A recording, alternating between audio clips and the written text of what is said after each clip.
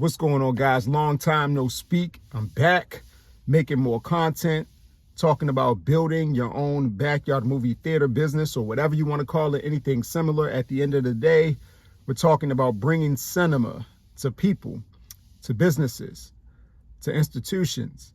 The business of starting it, operating it, building it, expanding it, or stopping it.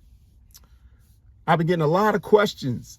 People been asking, look, what's happened, Joe? Has the business fallen off? Have you given up on it? Are you still making money? Well, I'm here to report to you guys that I'm still making money. In fact, I've expanded outside of my metropolitan area to another area. And I have several updates. I've learned a few things over this time frame since I last made a video, which you should do continually if you're in this business. I've been busy with other parts of life. I've traveled to South Africa, to Cape Town recently, and that opened up my mind for opportunities with Backyard Movie Theaters and other business opportunities there. I've been doing a lot of real estate business, which is I'm a licensed real estate agent. I'm also, and for the last 2 years, have been featured on a radio station program, a morning show for once a week for the last 2 years. And I've been getting heavier into that, you know, dealing with some things with my personal life, not in a bad way, but just spending time with my son, making sure that I raise him the best that I can, and also dealing with my own personal life, growing as a person, maturing, going through things that were good. And it didn't come from a negative place. It didn't come from a tragedy. It didn't come from something like, you know, I did something wrong and I'm going through this renewal of mind and spirit moment. No, it's just progression. It's just part of life, and I'm embracing it.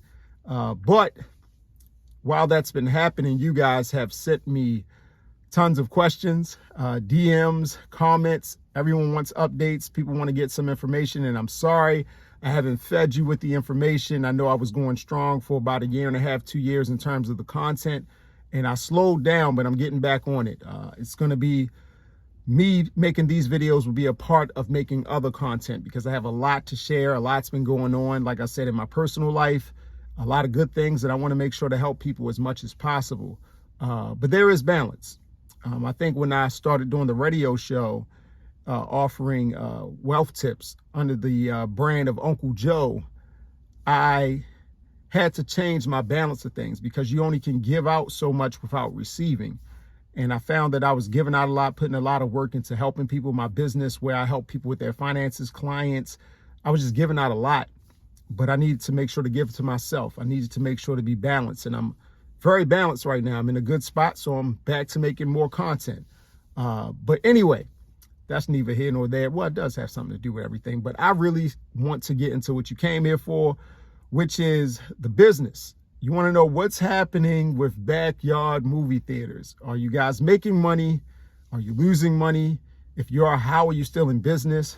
Well, a few things I want you to know and remember. Number one, yes, I'm still in business. And again, I'm making more money each year, year over year. But a lot of it has to do with keeping a low overhead cost, paying for equipment with cash, not credit, making relationships, not just with people, with businesses. You know, at this point, 3 years in, or just about 3 years in, I have repeat customers. And because I've done good work with schools, with nonprofits, I've received repeat business that's paying quite well. When I made recent trips overseas into other places, I saw the opportunity for growth, where the market isn't congested, but the weather is right, and the opportunity is wide open for outdoor movies. I also entered into a new partnership, not exactly a 50-50 venture. This is more like I'm 90, that person's 10, 15, that family, let's say, but it's a important addition to the business, where I'm able to, or have been able to, expand into a new area, Virginia Beach. And then we should really start operating this spring and this summer. We started off with a few projects, a few things to get ourselves off the ground, but we still have some work to do. But I expect big things for the coming spring, summer, fall season. And I'll be spending more time down there to make sure that operation just starts well. I want to support it with all that I can. But with that, there was sacrifice that had to be made. It meant that, you know, as much as I'm focused on the market up here, I had to take some time out and really research and really take the time to see what's going on down there, because as a business owner, you just have to do that, which showed that I still needed help, more help than I have. A couple years ago, you saw I hired my nephew. I still use him from time to time, but he also has his own life. He's a wrestler now. He's doing a great job. But I still use him. I still use a couple more people, paying them to work with me. And that's worked out well. That's worked out well. Here's something in addition to all that I've learned over this time frame. It's that you can never stop looking for new business. You can never get comfortable, never get content. One of my first loyal customers kind of fell off last year when I was working with a few special needs homes. That was a regular check for me. And then that cut back because of changes in their infrastructure. It wasn't the work that I presented. It was literally a change in leadership, which meant a delay in me getting business. If I would have solely depended on them for my business income, if I didn't expand once I got that contract, let's call it, I would have been in trouble. But fortunately, I always look for more customers. I look for as many customers as I can get, and I do a good balance of residential versus commercial versus nonprofit. The customers that have been most profitable to me have been my business, commercial, and I would say nonprofit, specifically schools. I had the opportunity to show a movie at my son's school, which was totally awesome. And we have some things set up for the 2023. We only did one show in 2022, but it was a new business. It was a new introduction. Now we probably have 2 or 3 set up for 2023. I have other schools that are interested, other parents, other PTA associations that are interested because they saw my work.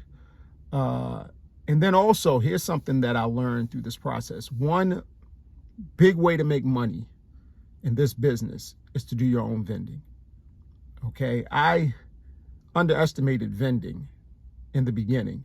Yes, I had my popcorn machine, but I'm talking about the full out vending options. I'm talking about popcorn machines. I'm talking about candy. I'm talking about snacks. I'm talking about drinks, hot cocoa, sodas, waters, having everything available and then selling them at the venues I book. The reason I didn't go into that so quickly was because I really wanted to understand how to make the viewing experience as quality as possible. I really wanted to focus on making sure to put on the best show possible, not just making money. And as I further understood how to put on good shows, that helped me to understand that, there's another opportunity here for vending. And vending seems to be where the money is when you really look at everything.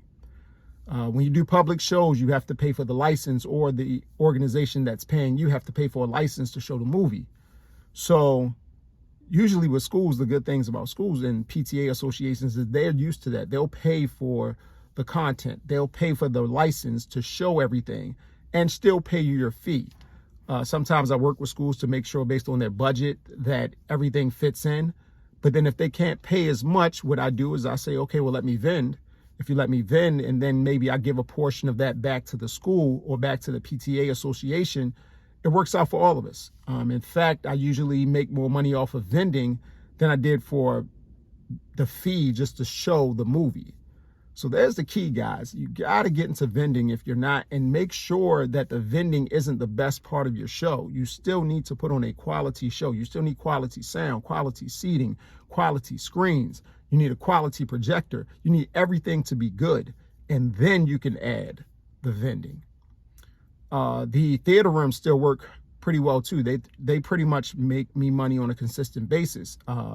I'm still able to show movies during the daytime because of them. I'm able to put on parties during the daytime early for people who have young children who don't want them staying out late watching movies.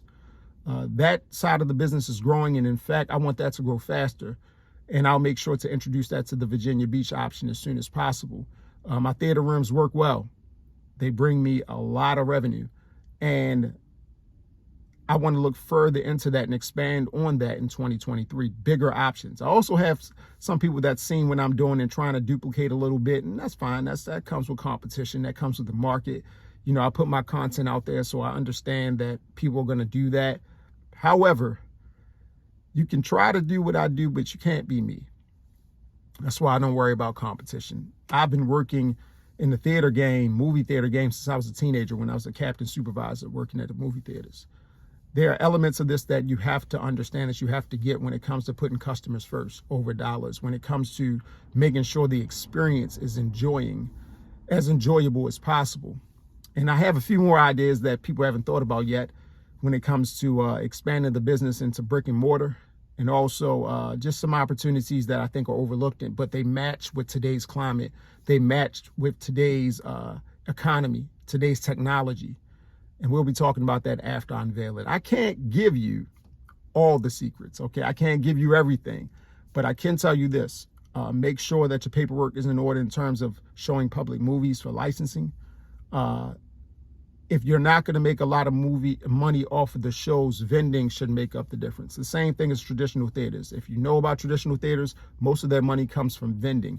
You can do the same thing, but you don't have to charge the same prices that they charge. You just have to remember that it's not about making the maximum amount of dollars. It's about giving the maximum experience. And a part of that experience is having your snacks, having your popcorn, having your drinks. If it's cold, having a warm drink option.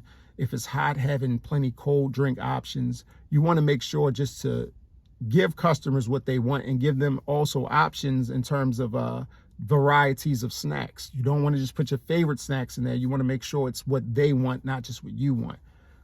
People are becoming more conscious about their snacks. So you want to offer options for vegetarians. You want to offer options that are just more health conscious, in addition to all the sweet, savory snacks that we all love.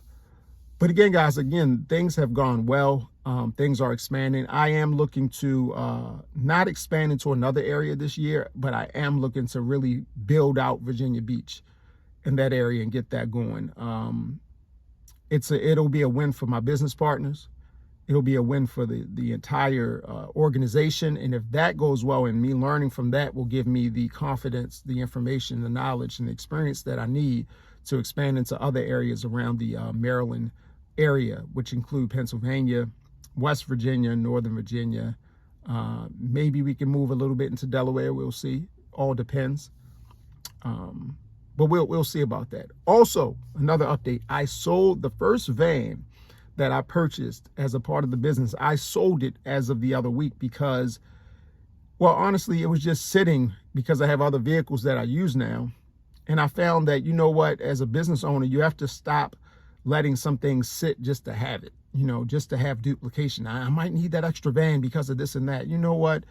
Just the maintenance on it, the insurance on it made it like, okay, it makes you money, but not enough money to sit. So I got rid of that and then used that to get more equipment that's working. That's important. Making sure that money's not sitting tight for you as a small business operator. Now, look, if you're doing this based off of a big loan, if you have gone to the bank and they give you $100,000, you got a grant for $150,000 and that worked for you, that's different. My story is more one doing it from your own money, doing it from cash. But also that's the reason that I have been able to survive, because I'm not doing it based on debt. So I enjoy this, guys. Again, I'm going to try to make more content. I'm going to make more content this year, get back on that. I'm back in the vehicle. I do still have my home. I do still have my spaces, but I'm doing this from the vehicle because I found that, you know what, it was the best way for me to get started again, which is to go back to the beginning. I started making these videos in my vehicle. So I put myself back in a vehicle. This isn't the same one. This is my pickup truck. And it's not just symbolic. It just puts me in the mind frame, the grind, puts me back in my purpose, and certainly inspires me to share again. So with that said, guys, I hope that you subscribe. I hope that you share. I hope you like. I hope you comment. Support the channel, support this movement. And you know what, guys, if you're doing this business too, which a lot of you are content, look, put out your own content, or we can do some collaboration when it comes to this content, sharing stories, because the more stories people hear, the better. This is an industry that's growing, and because streaming has grown, so will this industry. It's tied to streaming, whether you know it or not.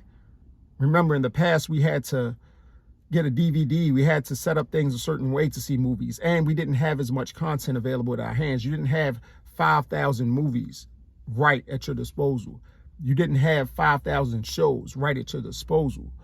You had to go to the theaters to catch certain things. You had to go out the house to get certain things. And now we can bring it to you.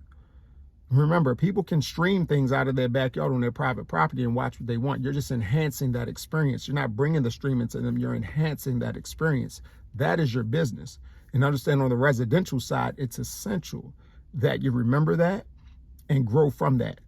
People's walls in their homes are only but so big, so they can't fit big screens in them. They don't want to do setup and shut down. They don't want to clean up. But if you do that for them at the right price, you save them stress, you save parents money and time, they'll keep coming back. So again, guys, like, share, comment. Let me know what you think in the comment section. Tell me about your experiences. More content is coming. Just as a recap, again, I've expanded into Virginia Beach, and I'll be building that out in 2023. I am on the radio now on a weekly basis, and I will use that platform to promote my business. I haven't done it heavily yet, but I will. I am thinking about expanding into Cape Town, South Africa. That's a real thing. And then there are other projects dealing with brick and mortar in different locations that I'm definitely looking into, but I can't reveal them until it's the right time. So I'm rooting for you guys. I hope you guys are rooting for me. You know, good luck, keep working hard, and I'll keep you posted. Later.